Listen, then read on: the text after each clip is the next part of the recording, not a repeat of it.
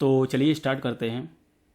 Hello everyone, welcome back. मेरा नाम है पवन असावा और मैं हूं आपका ट्रेनर।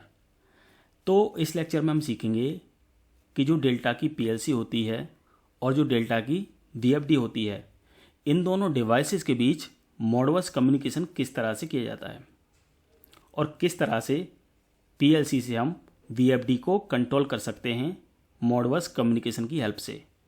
तो यहाँ पर हम इस लेक्चर में सब कुछ प्रैक्टिकली करके देखेंगे आपके सामने, जिससे आप बड़े ही आसानी से मॉडबस कम्युनिकेशन करना सीख जाएंगे।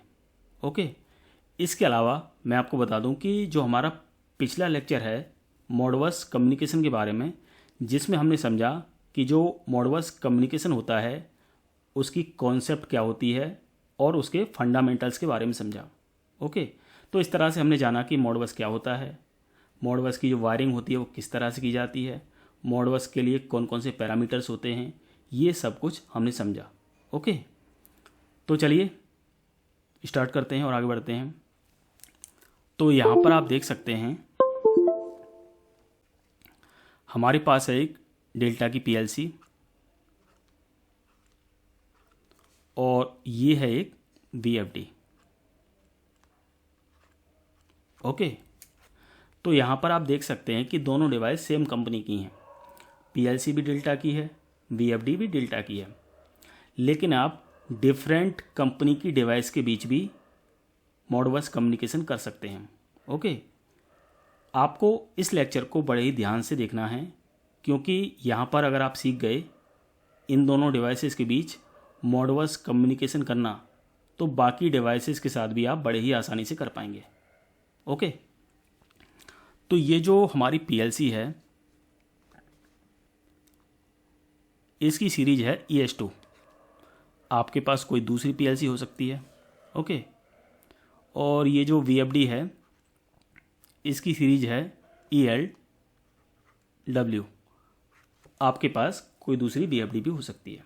ओके, लेकिन सबसे पहले आपको पता होना चाहिए कि आपके पास जो डिवाइसेस हैं वो मॉडबस कम्युनिकेशन को सपोर्ट करती है या फिर नहीं करती है। तो अब आप कहेंगे कि कैसे पता लगेगा? तो ये पता करने के लिए आपको सबसे पहले डिवाइस का जो यूजर मैनुअल है उसको चेक करना है, क्योंकि उसमें बताया जाता है कि आपकी जो डिवाइस है उसके क्या क्या फीचर्स हैं। ओके, वो मॉडबस कम्युनिकेशन को सपोर्ट करती है या फिर नहीं करती है। ओके, फ़िलहाल तो हमें पता है कि हमारी जो डिवाइस है वो मॉडबस कम्युनिकेशन को सपोर्ट करती हैं। ओके, तो सबसे पहला हमारा काम होता है कि जो डिवाइसेस हैं उनकी मॉडबस कम्युनिकेशन के लिए वायरिंग किस तरह से की जाएगी। ओके, तो मैंने पिछले लेक्चर में आपको बताया था कि जो मॉडबस कम्युनिकेशन होता है उसमें मॉडबस कम्युनिकेशन के लिए जो कॉम पोर्ट होती हैं वो कौन कौन सी हो सकती हैं, कौन कौन से टाइप्स की हो सकती हैं। ओके, ये सब कुछ हमने समझा था। तो यहाँ पर आप देख सकते हैं कि मॉडबस कम्युनिकेशन के लिए जो कम्युनिकेशन पोर्ट है वो है टर्मिनल्स। ओके, यहाँ पर आप देख सकते हैं ये हैं। ओके, मैंने हाईलाइट कर दिया। और इधर है ये वीएफडी के लिए। इसके अलावा ये जो वीएफडी है इसमें RJ45 टाइप की पोर्ट भी है। ओके, तो आप इसकी हेल्प से भी मॉडबस कम्युनिकेशन कर सकते हैं, लेकिन अगर हमारे पास टर्मिनल्स हैं तो हम टर्मिनल्स का ही यूज़ करेंगे। ओके, हमारे लिए आसान रहता है। तो सबसे पहले मैं आपको दिखा दूं कि जो इसकी वायरिंग हुई वो इस तरह की होगी। ये वाला टर्मिनल हो गया D+ का और इधर हो गया ये SG+। ओके, इन दोनों को आपस में कनेक्ट कर देंगे। इसके अलावा ये हो गया D- और ये SG-। इन दोनों को भी आपस में कनेक्ट कर देंगे। तो ये हमारा पहला स्टेप हो गया। ओके, बाकी की वायरिंग तो आपको आती होगी, इनपुट आउटपुट और पावर की, वो आपको करनी है। ओके, मैं यहाँ पर मॉडबस के बारे में ही बताऊँगा। ओके, तो इस तरह से सबसे पहले आपका स्टेप है कि जो आपकी डिवाइसेस हैं जिनके बीच आप मॉडबस कम्युनिकेशन करना चाहते हो, सबसे पहले उनको वायरिंग से कनेक्ट कर दो, ओके, कम्युनिकेशन के लिए। इसके बाद इन दोनों डिवाइसेस के बीच मॉडबस कम्युनिकेशन कराने के लिए हमारा अगला स्टेप होगा इन दोनों डिवाइसेस में मॉडबस कम्युनिकेशन के लिए पैरामीटर्स एंटर करना। और जो मॉडबस कम्युनिकेशन के पैरामीटर्स होते हैं वो कौन कौन से होते हैं ये मैं पहले ही आपको बता चुका हूँ पिछले लेक्चर में, फिर भी ज़रूरत पड़ने पर आपको बताता चलूँगा, ओके। तो यहाँ पर आप देख सकते हैं कि ये जो हमारी VFD है इसमें जो पैरामीटर्स हम एंटर करेंगे उनमें एक होगा स्टेशन नंबर जो कि स्लेव आईडी होगी, ठीक है, क्योंकि यहाँ पर जो हमारा PLC है इसको हम बनाएंगे मास्टर, ओके, क्योंकि जो PLC है वो ड्राइव को कंट्रोल करेगा और जो कंट्रोल करता है वो मास्टर होता है। और बाकी जो मास्टर और स्लेव कॉन्सेप्ट होती है उसके बारे में मैं आपको पहले ही बहुत ही अच्छे से बता चुका हूँ, ओके। और इसको बनाएंगे हम स्लेव। तो जैसा कि मैंने आपको बताया था कि जो स्लेव डिवाइस होती है उसकी होती है एक स्लेव आईडी। तो ये जो स्टेशन नंबर होगा ये होगी इसकी स्लेव आईडी। इसके बाद जो पैरामीटर्स होते हैं मॉडबस कम्युनिकेशन के वो एंटर करेंगे। एक पैरामीटर होता है बॉड रेट,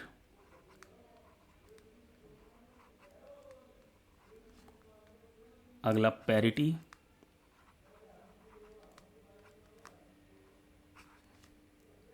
स्टॉप बिट,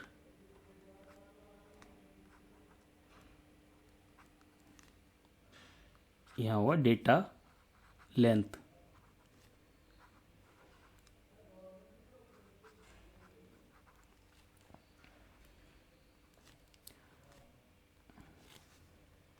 तो मैं आपको बता दूं कि ये जो स्टेशन नंबर है ये हम VFD में एंटर करेंगे जो कि इसकी स्लेव आईडी है। इसके अलावा ये जो नीचे के 4 पैरामीटर्स हैं ये हैं मॉडबस कम्युनिकेशन के लिए, ओके। तो जो भी वैल्यू हम VFD में एंटर करेंगे इन पैरामीटर्स की वही वैल्यू हमें PLC के अंदर एंटर करनी है, ओके। तो इन दोनों के जो मॉडबस कम्युनिकेशन के पैरामीटर्स हैं ये 4, ये दोनों सेव होने चाहिए, ओके। तो ये सारा कुछ आपको मैं प्रैक्टिकली दिखाऊंगा, ठीक है ना, जिससे आपको समझने में हेल्प मिलेगी, ओके। क्योंकि दोनों डिवाइसेस में ये जो मॉडबस कम्युनिकेशन के पैरामीटर्स होते हैं या फिर सेटिंग होती है उनको करने का अलग अलग तरीका है, ठीक है ना।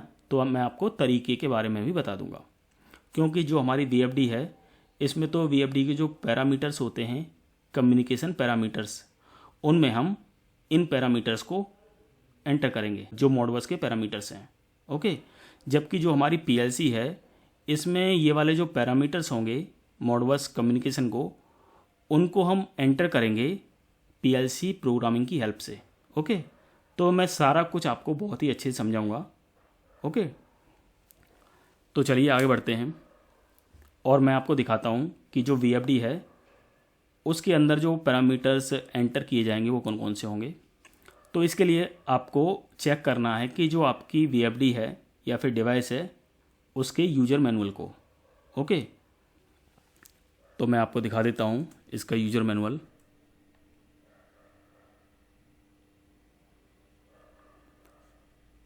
तो यहाँ पर आप देख सकते हैं ये है इस डिवाइस का यूज़र मैनुअल।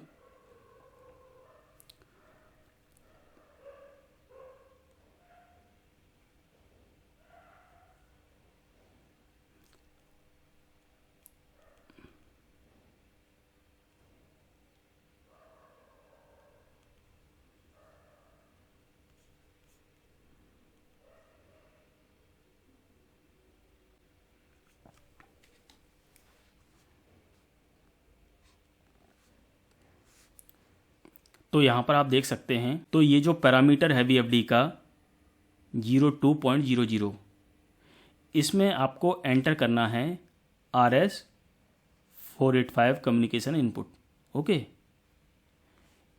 इसके बाद ये जो पैरामीटर है अगला 02.01, ओके, इसमें भी आपको एंटर करना है। 3 या 4 में से कोई भी कर सकते हो। तो हम यहाँ पर 3 नंबर एंटर करेंगे, ओके। तो आपको ध्यान रखना है, आपको इन दोनों पैरामीटर्स को एंटर करना है, ठीक है। मैं आपको करके भी दिखाऊंगा। इसके अलावा अब हमें आगे चलना है।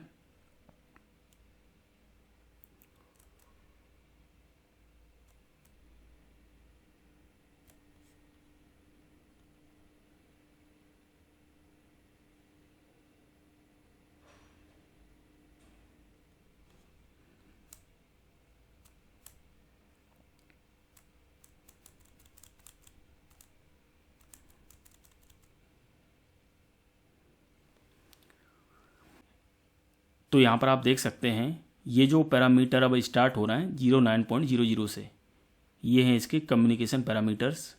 तो सबसे पहले तो ये जो पैरामीटर है 09.00, इसमें हम एंटर करेंगे स्लेव आईडी, ओके। तो इसकी जो वैल्यू है 1 से लेके 254 कुछ भी हो सकती है। इसकी जो डिफ़ॉल्ट वैल्यू है वो है 1, तो हम इसको 1 भी रख सकते हैं क्योंकि हमारी एक ही तो स्लेव डिवाइस है, ओके। इसके बाद आप देख सकते हैं ये है 09.01, ये है इसकी कम्युनिकेशन ट्रांसमिशन स्पीड, ओके, जिसको कहते हैं बॉड रेट, ओके। तो ये जो बॉड रेट आपको रखना है, आप कुछ भी रख सकते हैं इन चारों में से, लेकिन हम मान लीजिए ये वाला रखते हैं जो कि डिफ़ॉल्ट भी है पहले से ही, ओके। इसको भी रख सकते हैं और यही रखेंगे, ओके। और बॉड रेट को सेट करने से पहले आपको ध्यान रखना है, आपको उसी बॉड रेट को सिलेक्ट करना है जो बॉड रेट आपकी जो दूसरी वाली डिवाइस है वो सपोर्ट करती है, ओके। मान लीजिए कि आपने बॉड रेट कुछ भी रख दिया, ये वाला रख दिया मान लीजिए 38400, लेकिन जो दूसरी डिवाइस है जो कि यहाँ पर PLC है, अगर वो डिवाइस इस बॉड रेट को सपोर्ट नहीं करती है तो कम्युनिकेशन नहीं होगा, ओके। क्योंकि मॉडबस कम्युनिकेशन में ये जो 4 पैरामीटर्स होते हैं मॉडबस कम्युनिकेशन के, baud rate, parity, stop bit और डेटा लेंथ, ये चारों सेम होने चाहिए दोनों साइड, ओके। मास्टर में भी और स्लेव में भी, जितने भी स्लेव हैं। तो यहाँ पर हम इसको रख देंगे यही वाला 9600, क्योंकि हमारी जो PLC है वो सपोर्ट करती है इसको। इसके बाद अगला जो पैरामीटर होगा वो हमें सेट करना है 09.04। तो यहाँ पर हम ये वाला ही रख देंगे जो कि डिफ़ॉल्ट है, 0 है पहले से ही। वैसे तो हम कुछ भी रख सकते हैं, ओके। तो आपको ये भी देखना है कि जो आपकी दूसरी डिवाइस है वो ASCII कम्युनिकेशन को सपोर्ट करती है या फिर RTO को, ओके। लेकिन हमारी जो PLC है वो दोनों को सपोर्ट करती है, तो इसीलिए यहाँ पर हम ले लेंगे यही वाला, ओके। तो यहाँ पर आप देख सकते हैं कि 0 का मतलब है कि आपकी जो डेटा लेंथ है वो है 7, पैरिटी है 9 और जो स्टॉप बिट्स हैं वो हैं 2, ओके। तो यही वाला सिलेक्शन आपको PLC सेट करना है, या फिर PLC में जो प्रोग्राम लिखेंगे वो इस तरह से लिखेंगे कि यही वाली सेटिंग हम कर सकें, ओके। तो इस तरह से VFD के अंदर ये जो पैरामीटर्स हैं आपको केवल इन्हीं को आपको चेंज करना है, ठीक है ना। मैं आपको लिस्ट में भी एक बार लिख दूंगा जिससे आपकी समझ में आ जाएगा, ओके। तो इस तरह से VFD के अंदर हमें इन पैरामीटर्स को चेंज करना है, ठीक है ना। मैं आपको साइड से दिखा भी दूंगा कि ये जो पैरामीटर्स हैं इनके क्या क्या मीनिंग है। वैसे तो आपको समझा चुका हूँ, ओके। आप लिस्टिंग कर सकते हैं, ओके। अब हमें समझना है कि PLC के अंदर ये जो मॉडबस कम्युनिकेशन के पैरामीटर्स हैं इनको किस तरह से एंटर किया जाएगा, ओके। तो इसके लिए हम PLC के अंदर लिखेंगे प्रोग्राम लैडर डायग्राम में, ओके। वहाँ से आप समझ जाएंगे क्योंकि ये सब मैं आपको आपके सामने करके दिखाऊंगा, ओके। तो चलिए आगे बढ़ते हैं और जो VFD है उसमें जो पैरामीटर्स हैं उनको एंटर करते हैं आपके सामने, ओके। सब कुछ आपके सामने होना चाहिए।